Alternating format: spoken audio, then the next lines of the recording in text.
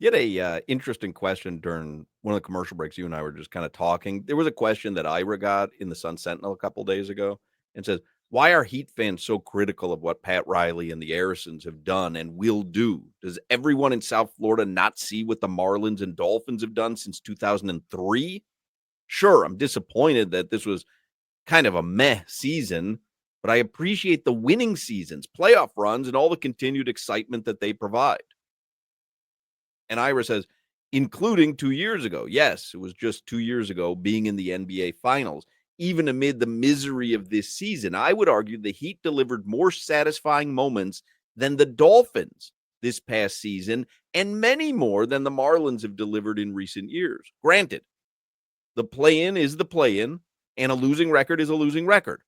But there also should be a degree of appreciation for a franchise that refuses to capitulate. It is easy to talk about tanking and rebuilding and the lottery. It's another thing to endure that on an almost daily and yearly basis. But what was the question that you asked me during the commercial break? Who is less likely to still be running their organization at the end of next season? So next May 6th, who's less likely to be running the organization that they run right now? Chris Grier at the head of the Miami Dolphins making the decisions as a general manager, or Pat Riley as the president of basketball operations for the Miami Heat, essentially calling all the shots in the front office for the Heat? Riley has not done an end of season press conference. Not Maybe yet. makes you scratch your head. Maybe you go, huh. Now, also, Ira had written that the Heat still have some ability to trade now. Teams that get knocked out of the playoffs have the ability to make trades, and maybe the Heat are in those discussions, and so he doesn't want to have a press conference. But maybe there's more to it. Maybe he is making a decision on his future. And it might not be where he says, I'm retiring, but maybe it comes out and gives you a date. Hey, I'm going to do this for 2 more years or whatever. My answer to you is I think Chris Grier will be in his job. Now, I'm not talking 1 year because I think they're both in their jobs 1 year from today. I believe Chris Grier will be running the Dolphins longer than Pat Riley will be running the Heat. Wow. Now, why do I think that? Because I think the Dolphins are very close to being a very good team. I know I'm on an island. I'm not relitigating that fact. I've been very clear about it. I still feel clear about that. But I think the Dolphins are going to surprise everyone next season, and that would make, obviously, Chris Grier going nowhere for the time being. The team that has their over-under set at 8.5 wins. Just said I don't want to relitigate it because I get all the arguments against it. I'm just answering your question, and I believe the Dolphins are a lot closer to being a very good team than people think they are. And I would submit to you, if they go to the playoffs next season and win a game, win a playoff game, how could you fire Chris Grier? Be a massive improvement, no? Win a playoff game? Yes, win a playoff game. And then in the divisional round, you get slapped up by the Chiefs or by the Bills or by the Ravens. Whatever, you lose. I'm not saying slapped up. I'm just saying you lose. If you win a playoff game, when's the last time they've done that? 25 years. Were you in your teens? Teens? I was years away from my teens. Right. You were in single digits. I was 4. The last time the Miami Dolphins won a playoff So game. how could you even consider getting rid of the general manager who gets you a playoff victory for the first time since you're 4 years old? You don't want to relitigate, and I'll bite here because I want to go compete for a Super Bowl. I don't want to just win a playoff game. I want to go compete for a Super Bowl. I don't think this team, as you know, we don't have to relitigate, but as you know, I don't think this team is close, even if they win a playoff game, to competing with the best teams in the NFL. They keep the general manager after a losing season where they don't make the playoffs. And next season, they make the playoffs and win a playoff game, and you think they would get rid of the general manager then? if you are this will be year 6 of a rebuild, and you are no closer to winning a Super Well, Bowl. if you win a playoff game, you are much closer. Not exactly. Context. How? Context You're not matters, much. Hawk. Context matters. What's the context? You haven't won a playoff game in 20 plus years. If you win a playoff game, you're closer to a Super Bowl. You're closer in terms of what you've actually won, but in terms of how you've built the team and how your team stacks up to get against the teams that are competing for Super Bowls, it doesn't necessarily make you closer. The Pittsburgh Steelers could go and win a playoff game with Kenny Pickett as their quarterback. Are they actually closer to winning a Super Bowl? No, they're not, because Kenny Pickett isn't going to win a Super Bowl. Like, you have to build the team the right way. And the Dolphins 2 years ago, if they don't lose to Tennessee, could they have had home field in the wild card, won a playoff game against whoever it is that they played against? Sure. Would they have beaten Kansas City that season in the playoffs? Would they have beaten Buffalo in the playoffs? Would they have beaten Baltimore in the playoffs? No, they weren't one of those teams that could compete at that level. So winning a playoff game shouldn't be the standard, shouldn't be the metric. While it's great, it should be more than that in year 6 of a rebuild. To me, it's a dramatic increase in productivity. If you go from not making the playoffs to winning a playoff game, that's not grounds for firing. You're saying if they don't win a Super Bowl this coming season, you got to clean house. No, I think you have to show that you are an elite team. And winning a playoff game doesn't prove that. Winning a playoff game is great. I'm happy. I'll celebrate it. But it doesn't prove that you've turned the organization into a winning organization. It doesn't. You would agree. There's teams in the NFL right now who are good enough to go win a playoff game. For sure. Good enough to go win a playoff game. Are they Super Bowl contenders? Perennial Super Bowl contenders? There's a difference. I mean, you keep moving the goalpost. So now you've got to be Super Bowl contender. Now you've got to be a perennial Super Bowl contender. Perennial. I want to be perennial Super Bowl contenders. I want what. But you understand, if they win a playoff game and you clean house, you're going backwards. Yeah. I do understand. Makes no sense to me. I think it's so after 6 years, after 6 years, you finally turn a corner and you win a playoff game. You'd say, nah, not enough. I wanted to win a Super Bowl, blow it up. Let's wait another 6 years. Yeah, because if your only goal is to win a playoff game, that's not the goal. I'm telling you, you're closer to your goal when you win a playoff game than when you don't go to the playoffs. Or you're just proving to everybody that what you are is good enough to be a playoff team, but not good enough to go compete for a Super Bowl. And there's a difference. The only way to get good enough to compete for a Super Bowl is to take the steps towards becoming a playoff winning team. Not exactly, Hawk. Not exactly. You go from losing organization to winning a Super Bowl overnight? Look at the Oklahoma City Thunder right now in the NBA. They had Russell Westbrook.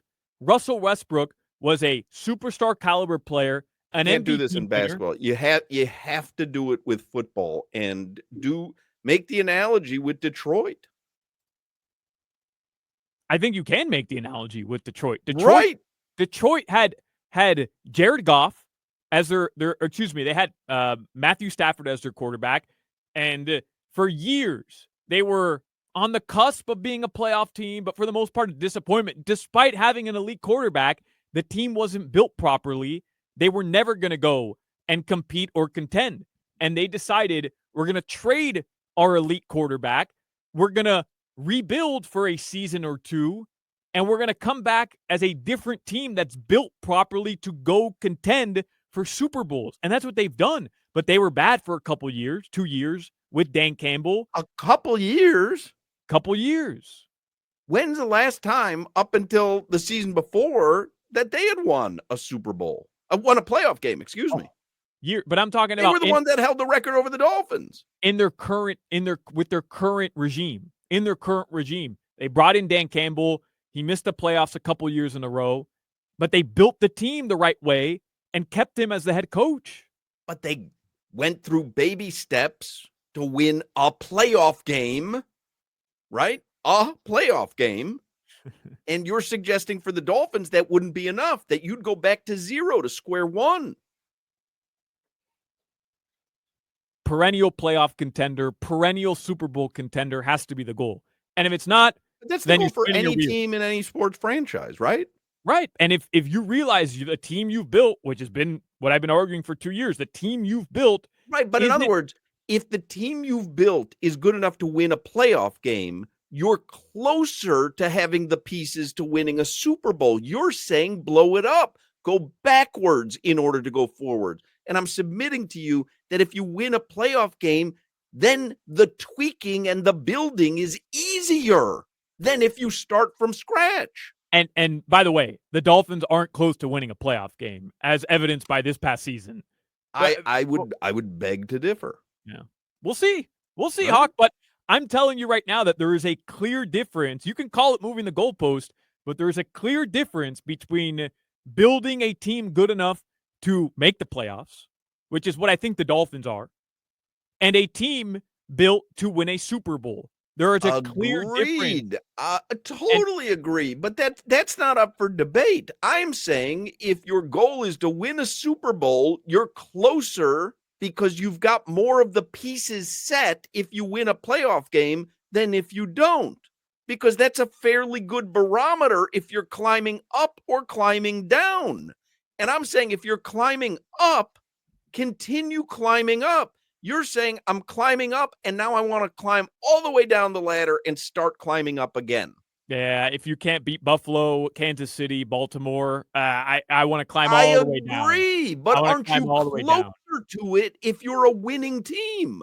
Too bad. You had 6 years. 6 years. All right, so you're but again, you're changing. But now you're changing it. Now it's not whether you're close enough. Now you're just saying you've had enough time. No, I'm a different argument. That's a different argument. I've been pretty consistent with my messaging for the past couple of years on this team. I'm pretty consistent. Oh, I get it.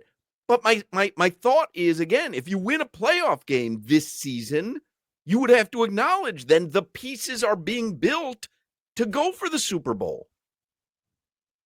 Not if you are nowhere near closing the gap between the elite teams in the conference, Hawk. I get what you're saying. But then you're going to be further away from closing the gap if you wreck it all. Correct. You have to sometimes be prepared for the mud if you ask for the rain. I pull out an old Denzel quote for you. You got to be prepared for the mud if you ask for the rain.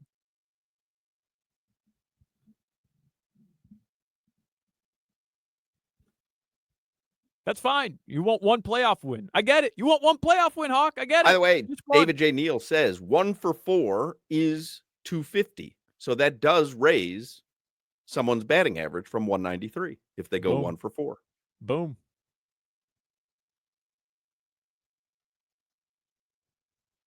Man, I'm just eating W's this entire segment. Eating W's. That's the first W you've eaten this entire segment.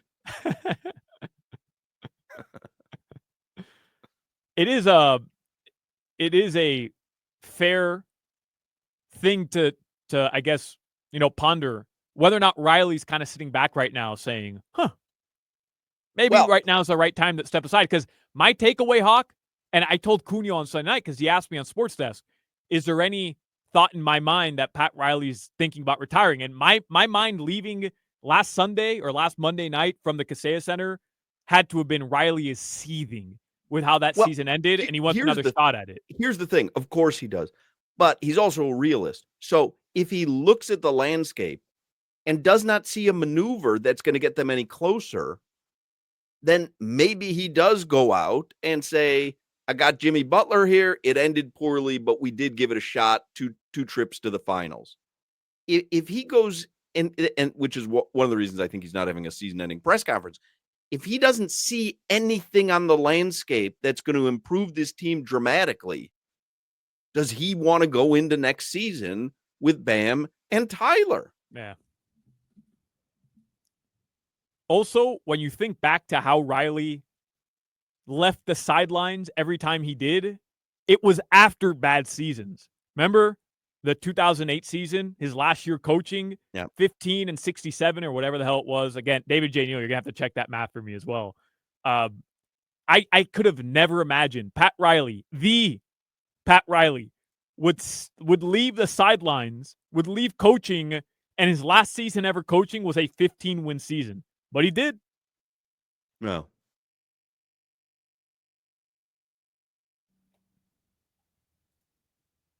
All the Heat need to do, by the way, Hawk, is win one playoff series. I'll be happy next season. By the way, just so you know, one playoff series. Interesting. Doesn't seem Your weather congruous. from the Demesman and Dover Argument Law we Firm. just had. Or 2 play-in tournament games. Can the Dolphins just win a play-in tournament game, Hawk? Give me one play-in tournament win. Did the Heat have a winning season? No, they did not. Clean house. Your weather from the Demesman and Dover Law Firm.